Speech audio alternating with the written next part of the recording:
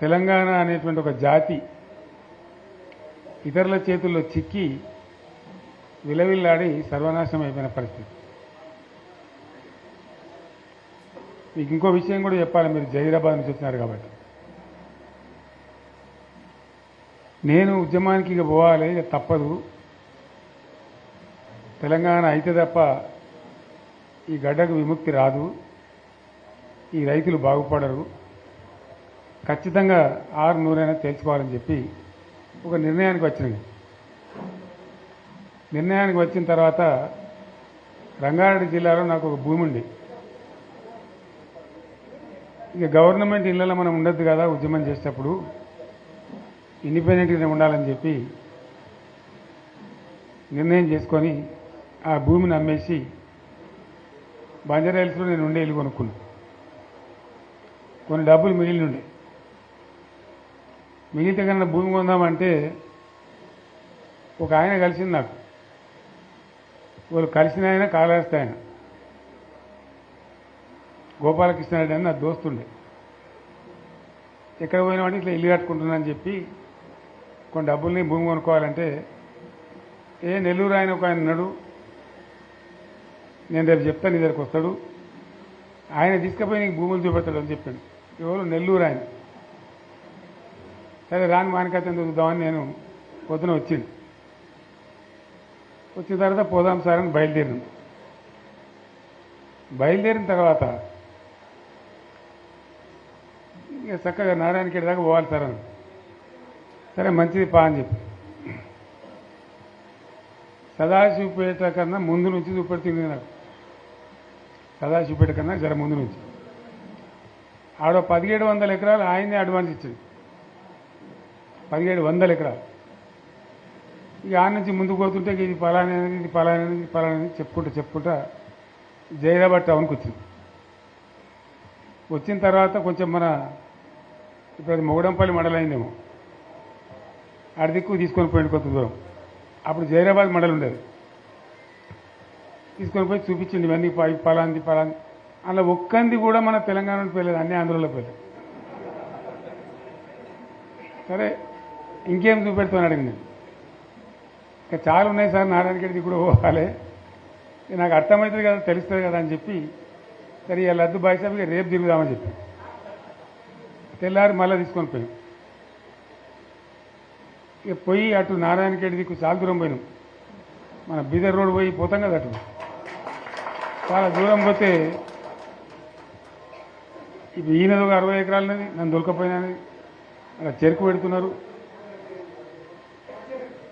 జరిగి మళ్ళీ మొగడంపల్లి ఇతరులకి జైరాబాద్ రూరల్ మండలం తీసుకొచ్చి వచ్చిన మన బుదేరా గుట్ట ఉంటుంది కదా, అసలు మట్టి గుట్ట ఎక్కించి నిలబడితే మొత్తం కనబడుతున్నాయి ఇట్లా మామిడి తోటలు, ఫామ్ హౌజులు. ఆడ చూపెడుతుంది ఇదే వాళ్ళదంటే ఇది సత్యరాజు గారిదండి 300 ఎకరాలు, ఇది పలానా అన్ని ఆంధ్రలో పేర్లే. మన జైరాబాద్ నియోజకవర్గంలో కూడా, నారాయణఖేడ్ నియోజకవర్గంలో కూడా. అవి చూసిన తర్వాత నేను రాత్రి హైదరాబాద్ వచ్చిన తర్వాత మిత్రులతో మాట్లాడి ఇక ఉన్న తెలంగాణ ఇప్పటికే పోయింది, 600 సరే తెలంగాణ కావాల్సింది, ఇక ప్రాణం పోయినా సరే కొట్టాలని చెప్పి జైరాబాద్ నారాయణఖేడ్ చూసి వచ్చిన తర్వాతనే ఇంకింత బలమైన నిర్ణయం తీసుకొని మొండిగా పోరాటానికి పోయినాం. ఇంకో విషయం కూడా మీకు నేను చెప్పాలి.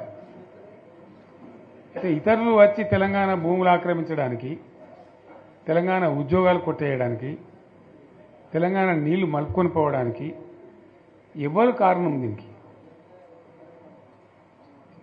దయచేసి బాగా ఆలోచన చేయాలి. నేను చెప్పేది వట్టి ముచ్చట కాదు, మీరు వచ్చిన వాళ్ళు కూడా వట్టి వాళ్ళు కాదు.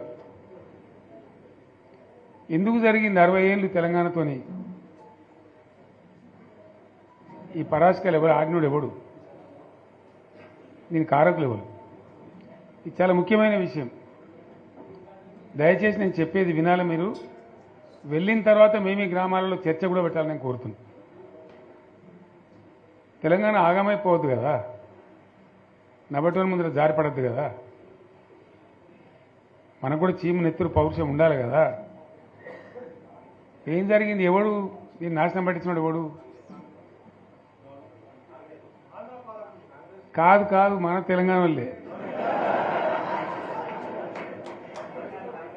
సింపుల్ ముచ్చట కదా. దోపిడీ చేద్దామని వచ్చేటోడు ఎప్పుడు దోపిడీదారుడే, కానీ వాడిని సర్దిగట్టినోడు ఎవడు? నేను ఉద్యమంలో చెప్పే కదా, కత్తి ఆంధ్ర ఉందే కానీ పొడిచేటోడు తెలంగాణ వాడే. వాస్తవం చెప్తున్నాను నేను మీకు. ఆ రోజు కూడా అదే కథ. తెలంగాణలో గట్టిగా ఉంటే ఆనాడున్న కాంగ్రెస్ నాయకులు సమస్య లేదు మాది మేము ఉంటామంటే ఎందుకు కలుపుతుంది ఆంధ్రతోని? ఏమక్కడ ఏర్పడుతుండే? మనోళ్ళ యొక్క తెలివి తక్కువతనము బలహీనతనే మనల్ని జబర్దస్తి వంచబోయి ఆంధ్రలో కలిపించు. ఆ గోస 60 ఏళ్ళు అనుభవించినాం మనం. ఏం గోస అది నాకు అర్థం కాదు. లేక కాదు కదా. కరెంటుకి ఏం గోస పడ్డాం? ఏం పరాస్కలాడు మనతోని? ఒకడు బట్టలు ఆరేయాలంటాడు, ఇంకోటి అంటాడు. జోకులు మన మీద. ఆ ట్రాన్స్ఫార్మర్లు కాలిపోవడు, మనం లంచాలు ఇచ్చుడు. ఒకసారి యాడ్ చేసుకుంటే ఇప్పుడు మళ్ళీ కళ్ళకి నీళ్ళు వస్తాయి. ఎందుకు పడ్డాం అంత బాధ, అంత అవస్థ? ఆనాడు నేను వచ్చి తిరిగిన బాగా, కానీ నేను ఒక మంత్రిని మాత్రం నేను చేయగలిగేది తక్కువ. ఉన్నంతలో తిరిగిన మా బడంగపేట చెరువు కానీ, ఏడాకులపల్లి చెరువు కానీ, గొడిగాడిపల్లి చెరువు కానీ కొన్ని పనులేదో చేయగలిగినాం అప్పుడు చేసినంతలో. కానీ ఎందుకైనా మంచిది పానం పోయినా సరే అని చెప్పి కొట్లాడినాం, దిగినాం. కొందరు వెనుక కొందరు ముందు మనోళ్ళు జమ కావడానికి ఆలస్యం పట్టింది, టైం పట్టింది. కానీ తెలంగాణ తెచ్చుకున్నాం. ఒక 20-25 ఏళ్ళు గోసపడ్డ కరెంటు. 25 ఏళ్ళు కదా. మోటార్లు గాలుడు, ట్రాన్స్ఫారం గాలుడు, లంచాలిచ్చుడు, అంత గోసపడ్డటువంటి బాధను 6-7 నెలలనే 24 గంటలు అందరికీ కరెంట్ స్టడీ చేసినాం. మరి కాంగ్రెస్ వాళ్ళు చాలా పెద్ద సిపాయిలైనది. ఒకరిని మించిన వాడు ఓడుండే. మరి వాళ్ళు ఎందుకు చేయలేకపోయింది 25 ఏళ్లలో? మన తెలంగాణ వచ్చినాక మరి మనం ఎట్లా చేసుకున్నాం నడుపుకున్నాం 7-8 ఏళ్ళు. మంచినీళ్ళ బాధ పూర్తిగా తీర్చుకున్నాం. ప్రతి ఇంటికి నల్లాల ద్వారా నీళ్ళు వచ్చాడు, ప్రతి ఇంట్లో నల్లా పెట్టి నీళ్ళు ఇచ్చుకున్నాం. తెలంగాణ వస్తే లాభమైంది, మా ప్రజలకు కొన్ని మౌలికమైన బాధలు పోవాలి, కొన్ని అవస్థలు తీరాలని చెప్పి మిషన్ భగీరథ కావచ్చు, మరొకటి కావచ్చు, కరెంటు కావచ్చు తెచ్చుకున్నాం. 24 గంటలు కరెంట్ ఇచ్చుకున్నాం. ఏమైనా ప్రాజెక్టు చెరువు కింద నీళ్ళు తీసుకుంటే బంద్ చేసినాం. నీటి తీరువ రద్దు చేసినాం. అట్లా ఎన్నో సదుపాయాలు చేసుకున్నాం. రైతులకు బాగా జరుగుతుండే. అప్పుడప్పుడు ఏమవుతుంది, కొన్ని దుష్ట దినాలు వస్తాయి, చెడు గడియలు వస్తాయి. మనోళ్ళు కూడా అలవోకగా ఓట్లేసారు.